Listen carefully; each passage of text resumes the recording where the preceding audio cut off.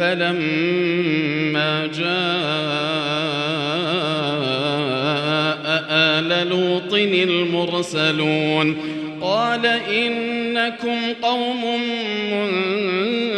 منكرون قالوا بل جئناك بما كانوا فيه يمترون وأتيناك بالحق وإنا لصادقون فأسر بأهلك بقطع من الليل واتبع أدبارهم ولا يلتفت منكم أحد وامضوا حيث تؤمرون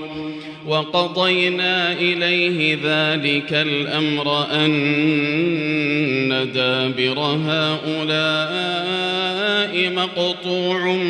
مصبحين